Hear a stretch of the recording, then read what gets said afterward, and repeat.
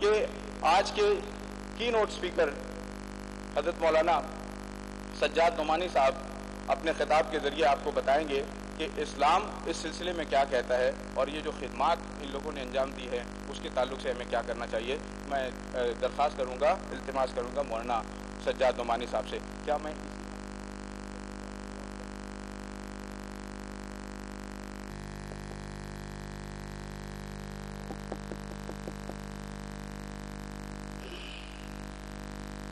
الرحمن الرحيم الحمد لله وكفى وسلام على عباده الذين اصطفى أما بعد أعوذ بالله من الشيطان الرجيم بسم الله الرحمن الرحيم لقد أرسلنا رسلنا بالبينات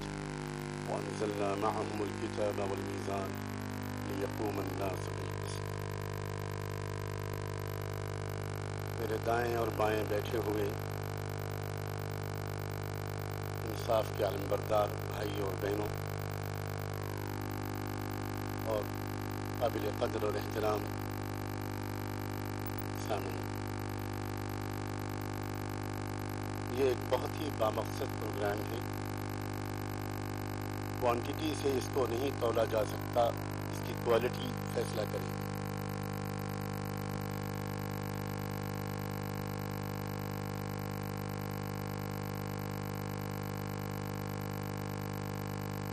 کوئی بھی سماج اچھے انسانوں سے کبھی خالی نہیں ہوتا. ہمارے اس زمانے میں بھی جب کہ سمجھا یہ جاتا ہے کہ زمانہ بہت بگڑ گیا اور ویلیوز پر یقین رکھنے والے اور ویلیوز پر جمنے والے اور ان کے لیے خطرے مول لینے والے بہت کم ہو گئے ہیں. اس زمانے میں بھی اچھے انسان ہر سماج میں بڑی تعداد میں موجود ہیں. پرابلم یہ ہے کہ hمارے ان اچھے انسانوں کے درمیان آپس میں کمیونیکیشن نہیں ہے، کوآرڈینیشن نہیں ہے. دوسرا پرابلم یہ ہے کہ ان اچھے انسانوں کی آواز زیادہ ملک میں سنائی نہیں پڑتی. اور اس کے پیچھے ایک وجہ یہ ہے کہ جرنلزم بھی اس وقت ٹوٹلی کمرشل ایک پروفیشن ہو گیا ہے. اور جب میڈیکل پروفیشن جیسا خدمت کی اسپرٹ رکھنے والا پروفیشن کمرشل بن گیا تو ہم اپنے جرنلسٹ دوستوں سے کیا شکایت کریں. میڈیا عام طور پر سماج کے پازیٹیو پہلوؤں کو ہائی لائٹ نہیں کرتا. یہ نیوز نہیں بنتی کہ آج فلاں انسان نے ایک یتیم بچے کو، ایک اناث بچے کو ایڈاپٹ کیا، فلاں انسان نے ایک وڈو کی مدد کی. یہ نیوز نہیں بنتی. یہ نیوز بنتی ہے کہ کالج جانے والی لڑکی کو کڈنیپ کر لیا گیا، چین کو گلے سے نکال کر اسنیچ کر لیا گیا. اس کی وجہ سے عام طور پر لوگ مایوس ہوتے چلے جاتے ہیں. مستقبل کی طرف سے، فیوچر کی طرف سے امید ان کے دلوں میں کم ہوتی جا رہی ہے اور لوگ آپس میں کچھ کمنٹس کر کے بیٹھ جاتے ہیں، آگے کچھ قدم نہیں بڑھاتے. گجرات نے جہاں یہ دکھایا کہ اس ملک میں ایسے لوگ بھی ہیں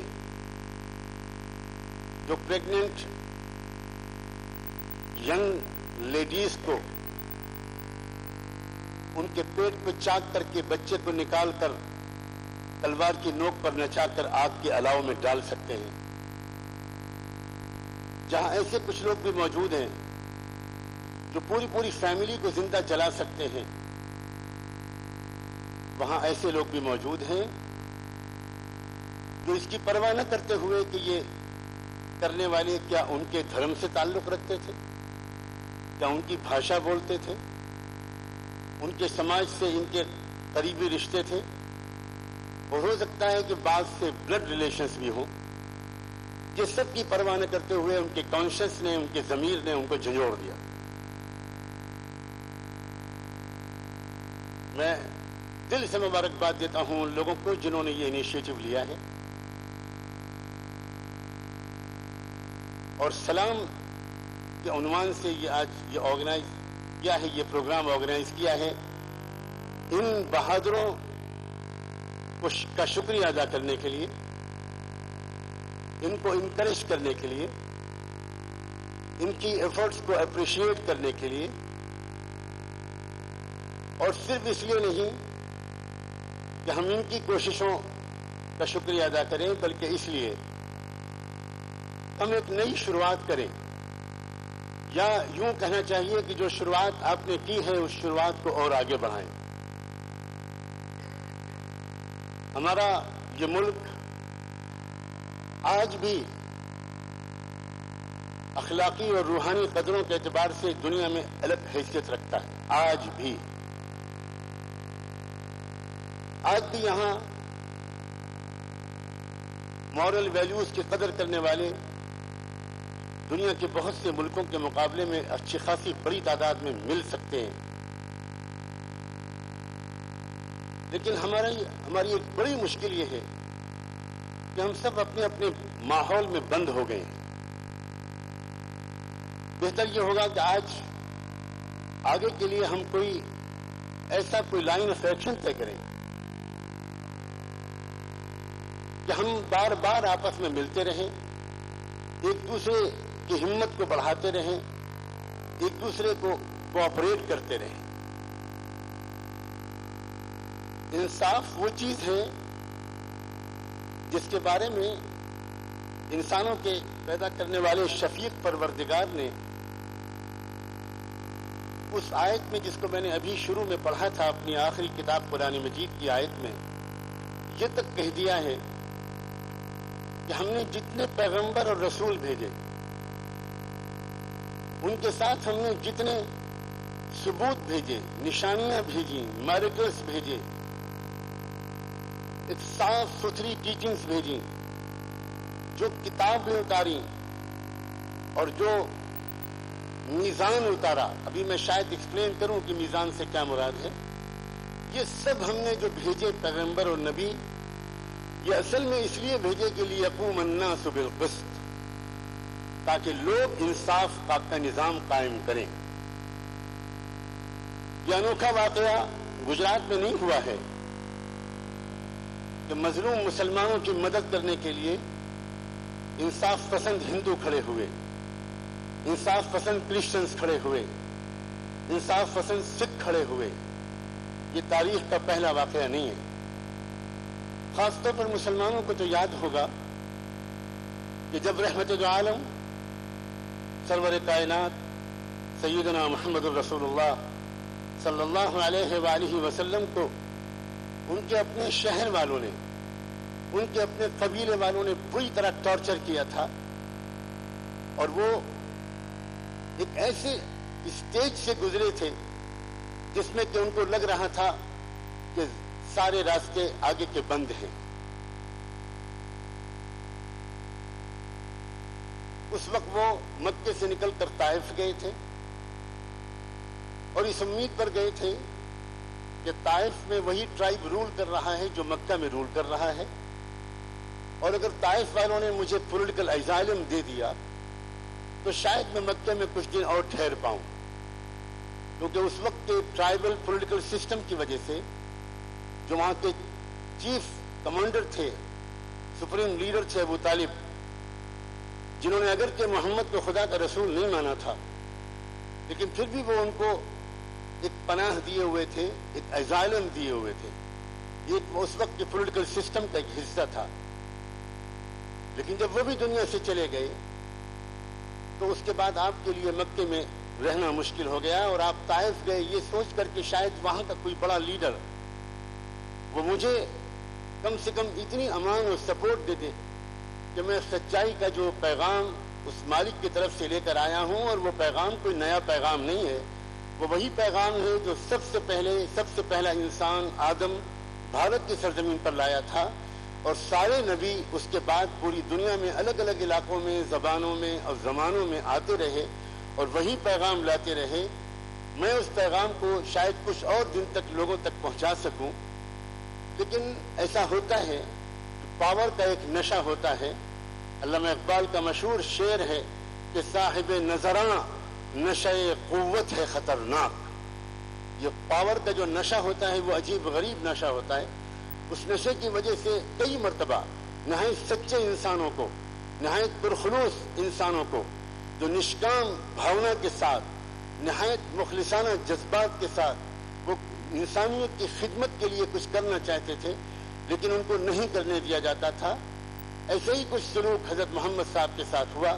انہوں نے یہ چاہا کہ شاید طائف کے لوگ مجھے سپورٹ کر دیں، لیکن طائف کے لوگ سپورٹ تو کیا کرتے، طائف کے لوگوں نے تو ان کے ساتھ وہ سلوک کیا جو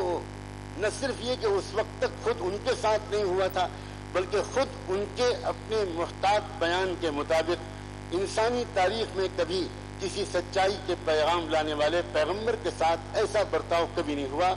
چاروں طرف سے ان کو گھیر لیا گیا، ان کے لیڈرز نے اپنے سماج کے غنڈوں اور اوباشوں کو اشارہ کر دیا، آج کھلی چھوٹ ہے، تم جس طرح چاہو اس کے ساتھ ٹریٹ کرو، خوب پتھر مارو، تمہیں ہم کچھ نہیں ہونے دیں گے۔ اور محمد گر گئے، چاروں طرف سے ان کے اوپر پتھراؤ شروع ہو گیا، یہاں تک کہ تاریخ کے ایک نریشن کے مطابق ایک اسٹیج ایسا آیا کہ انہوں نے یہ تک کہا لوگوں سے کہ میرے بچوں، نوجوانوں،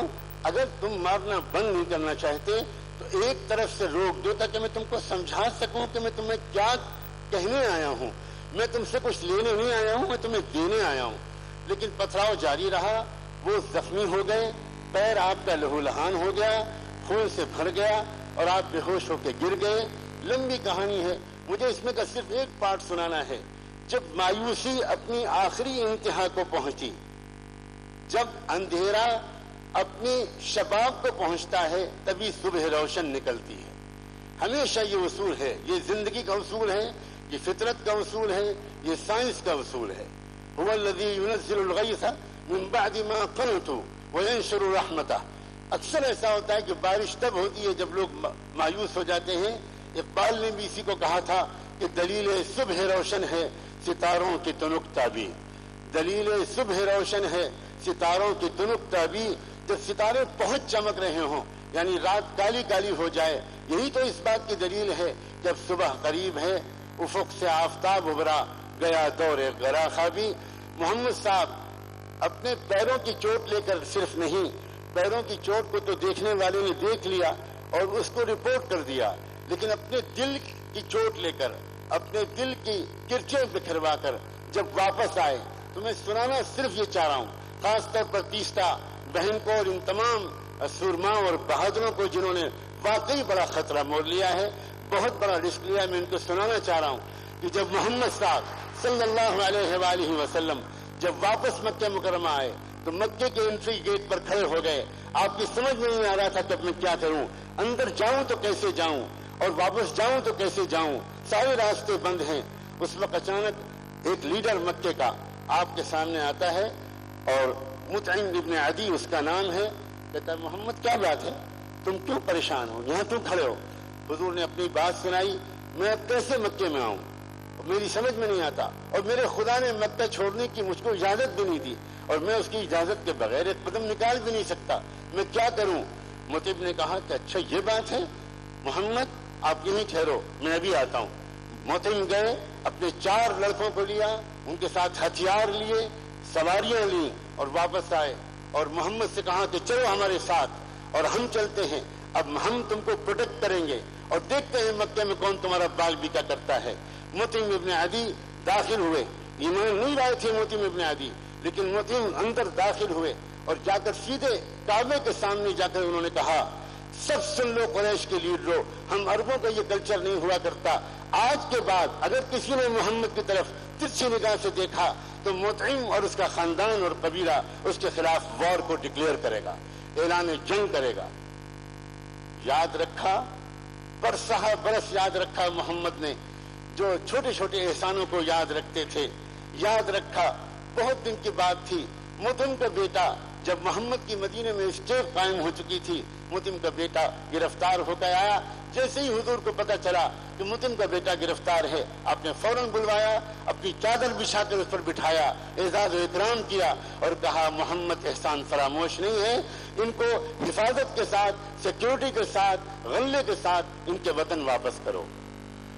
ہم آج اس سنت کو زندہ کرنے کے لیے آئے ہیں، ہم آج اس احسان کا بدلہ چکانے کے لیے آئے ہیں، اور احسان آپ کا صرف چند مسلمانوں پر نہیں ہے، ہندوستان کی ضمیر پر ہے، ہندوستان کے مستقبل پر ہے۔ ہندوستان اسرائیل نہیں ہے، ہندوستان سعودی عربیہ نہیں ہے، اور ہندوستان نیپال بھی نہیں ہے، ہندوستان ہندوستان ہے۔ جو لوگ ہندوستان کو کسی اور ملک کے نقشے پر لے جانا چاہتے ہیں، ہمیں محبت کے ساتھ ان سے بھی کہنا ہے کہ تم ابھی تک اپنے ملک کو نہیں سمجھے،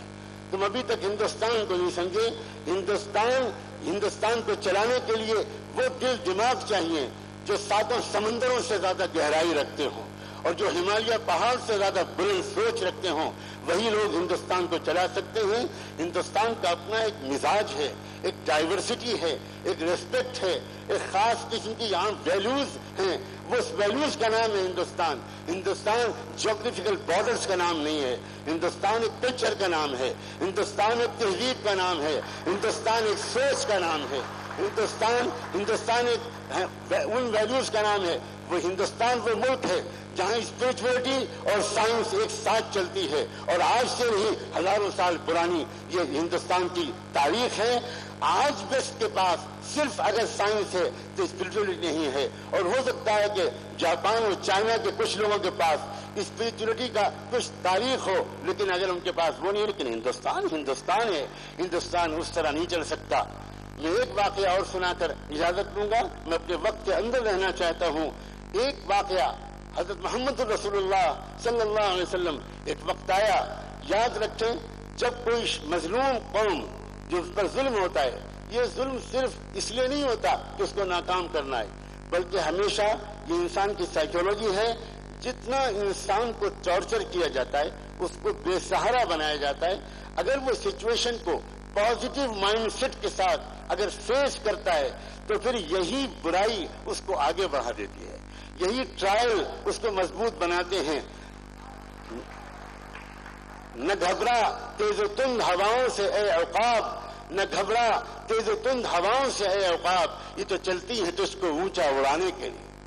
جس قوم کو ستایا جائے اور وہ اس قوم کے ستانے کے بعد نگیٹو مائنڈ سیٹ میں مبتلا نہ ہو، نہ غصے میں آئے، نہ فرسٹریٹڈ ہو، نہ وہ ڈیجیکٹڈ ہو اور نہ مایوس ہو، بلکہ پازیٹیو مائنڈ سیٹ کے ساتھ وہ اپنی غلطیوں کو فائنڈ آؤٹ کرے اور وہ دیکھے ہم سے کیا غلطیاں ہو رہی ہیں، ہم کیوں آئسولیشن میں جا رہے ہیں اور ہم کیوں کنفرنٹیشن میں جا رہے ہیں۔ مسلمان اگر کنفرنٹیشن میں جائے گا تو اپنے آپ کو بھی برباد کرے گا، اپنے ملک کو بھی برباد کرے گا، اور صرف دنیا کو برباد نہیں کرے گا، آخرت کو بھی برباد کرے گا۔ اور مسلمان اگر آئسولیشن میں جائے گا تب بھی دنیا کو برباد کرے گا، اور آخرت میں جائے گا برباد کرے بھی وہ ناکام ہوگا۔ مسلمان کے سامنے واحد راستہ ہے communication, no isolation, no confrontation, only and only communication.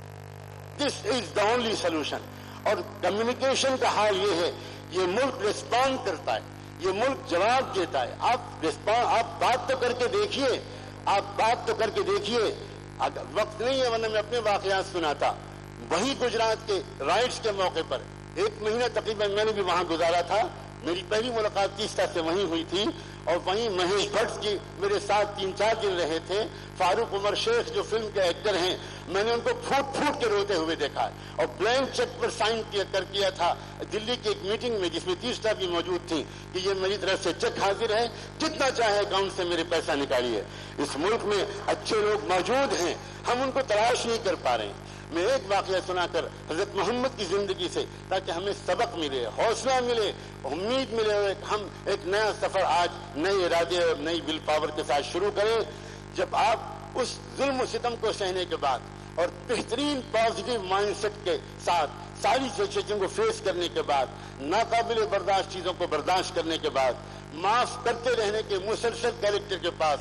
تم ہم کو ستاتے رہو اور ہم تمہیں معاف کرتے رہیں، ہم تمہاری خوش ترقیوں کے لیے دل سے دعا کرتے رہیں، ہم اپنے دل میں کبھی بھی غصے اور غم کو نہیں جگہ لینے دیں گے۔ جب محمد نے اس موڈ کے ساتھ حالات کا مقابلہ کیا تو وہی ہوا جو سائنٹیفک اصول ہمیشہ کہتے ہیں، جو خدا کا یونیورسل اصول ہمیشہ کہتا ہے۔ پھر اس کے بعد یہی ہوا کہ پھر مظلوم کو موقع ملا۔ اب یہ جو کچلے گئے تھے یہ اوپر لائے گئے، اور ایک وہ دن آیا جب آپ مکہ مکرمہ میں فاتح جزیرے عرب بن کر داخل ہوئے۔ کوئی نہیں تھا جو آپ کو روک سکے، ٹوٹل سرنڈر، ساری مکہ کی فورسز نے، سارے عرب کے ٹرائبس نے 100% سرنڈر کر دیا اور محمد داخل ہوئے۔ محمد نے کسی سے بدلہ نہیں لیا۔ سارے ہزاروں لوگ جنہوں نے ٹارچر کیا تھا، جنہوں نے بلال کو گھسیٹا تھا، جنہوں نے خباب کو مارا تھا، جنہوں نے خبیب کو پھانسی چڑھائی تھی، جنہوں نے عثمان ابن مظعون کو قتل کیا تھا، جنہوں نے یمن سے آئی ہوئی بوڑھی سمیہ کو 2 اونٹوں کے درمیان تیر کے وال کے ذریعے مارا تھا، سب سامنے کھڑے تھے۔ اور حضور نے ان سے پوچھا کہ تمہارا مجھ سے تم کو کیا امید ہے؟ تو ان لوگوں نے کہا ہم اتنے ہی کہہ سکتے ہیں کہ آپ تو نسلوں میں نسلی طور پر شریف انسان ہیں، ہم اتنے ہی کہہ سکتے ہیں۔ اور ہم کیا کہہ سکتے ہیں؟ اس وقت آپ نے کہا میں نے تم سب کو معاف کیا، آج تم میں سے کسی سے بدلہ نہیں لیا جائے گا، تمہارے گھر تمہارے ہیں، ہمارے وہ گھر جن پر تم نے قبضہ کر لیا وہ سب تمہارے ہیں، ہماری جو زمینیں تم نے قبضہ کر لیا وہ سب تمہارے ہیں، ہم یہاں رہنے کے لیے نہیں آئے ہیں، ہم خانہ کعبہ کا طواف کر کے مدینے واپس چلے جائیں گے، یہ شہر تمہارے حوالے ہے۔ پھر اس قوم نے جواب دیا آپ شہر کو ہمارے حوالے کر رہے ہیں، ہم اپنے دل کو آپ کے حوالے کرتے ہیں۔ اور اسی وقت لاکھوں لوگوں نے بلا مبالغہ 1 لاکھ سے اوپر لوگوں نے اسی وقت کلمہ پڑھا، یہ ہے سچا اسلام۔ اور پھر اس وقت کیا ہوا؟ آپ نے ایک عجیب اعلان کیا تھا مکے میں جانے سے پہلے کہ مکے کی چیف آرمی کمانڈر جو آرمی چیف تھے ابو سفیان، آپ نے اعلان کیا ابو سفیان کے گھر میں جو چلا جائے گا میری طرف سے اس کو پروٹیکشن ہے۔ حیران، دشمن کی آرمی کے چیف اور اس کے گھر میں جو جائے گا اور آپ اس کے پروٹیکشن کا اعلان کر رہے ہیں۔ جب حالات سب کچھ سیٹل ڈاؤن ہو گئے تو ہمت کر کے محمد کے کچھ بے تکلف شاگردوں نے کہا کہ اللہ کے رسول سمجھ میں نہیں آئی بات، آپ بتائیے کیا راز تھا اس میں؟ دشمن کی فوج کے سربراہ کو یہ اعزاز دینا کہ اس کے گھر میں آج جو چلا جائے گا اس کو ہمارا کوئی آدمی ٹچ نہیں کر سکتا، اس کو میں امان کا اعلان کرتا ہوں، یہ آپ نے کیوں کیا؟ اس کے جواب میں حضرت محمد نے فرمایا سنو، جب میری بیٹی فاطمہ 6-7 سال کی چھوٹی سی بچی تھی، وہ ایک جگہ سے آ رہی تھی، میرا ایک بہت برا چاہنے والا دشمن ابو جہل، وہ مجھ پر تو ہاتھ نہیں اٹھا سکتا تھا لیکن اس نے میری بیٹی فاطمہ کے تھپڑ مار دیا۔ فاطمہ روتی ہوئی جا رہی تھی، راستے میں ابو سفیان مل گئے۔ ابو سفیان نے کہا بیٹی فاطمہ کیا ہوا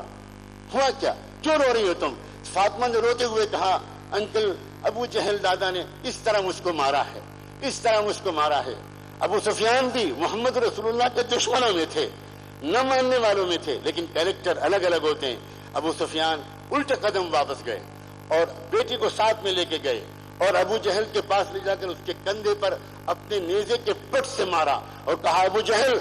کیا تمہارے جسم میں عرب خون نہیں ہے؟ کیا تم کو چھوٹی بچی کے اوپر ہاتھ اٹھاتے ہوئے شرم نہیں آتی؟ آج کے بعد اگر میں نے کبھی تمہاری طرف سے یہ کیریکٹر سنا، ابو سفیان اپنے قبیلے کے ساتھ تم سے اعلان جنگ کرے گا۔ محمد نے فتح مکہ کے دن فرمایا میں اس دن سے دعا کرتا تھا اللہ مجھ کو بھی زندہ رکھیے گا، ابو سفیان کو بھی زندہ رکھیے گا، میں اس احسان کا بدلہ چکانا چاہتا ہوں، میں اس احسان کا بدلہ چکانا چاہتا ہوں، اس لیے کہ محمد رسول اللہ کی ایک ٹیچنگ ہے من لم یشکر الناس لم یشکر اللہ، جو انسانوں کا احسان نہیں مانے گا، جو انسانوں کی خوبیوں کو اپریشیٹ نہیں کرے گا، وہ نظر آنے والے لوگوں کی خوبیوں کا، نظر آنے والی خوبیوں کو جو اپریشیٹ نہیں کرے گا، وہ نظر نہ آنے والے خدا کے احسانات کو کیا اپریشیٹ کر پائے گا؟ ہم آج آپ سب کی بہترین قربانیوں، پازیٹیو رول، اس کو اپریشیٹ کرنے کے لیے آئے ہیں۔ ہماری دلی دعائیں آپ کے ساتھ ہیں۔ میرے جیسے کتنے فقیر وہ ہیں جو پچھلے 10-12 سال سے نام لے کر آپ میں سے کئی لوگوں کے لیے دعائیں کرتے رہے ہیں۔ ہم فقیروں کے پاس آپ کو دینے کے لیے دعا کی سوا کچھ نہیں ہے، لیکن ہم اپنے جذبات پیش کرتے ہیں اور سلام کرتے ہیں اس انصاف کی روح کو جس نے آپ کو آج اس مقام پر کھڑا کیا ہے، اور ہم امید کرتے ہیں کہ یہ قافلہ آگے جاری رہے گا۔ بہت بہت شکریہ۔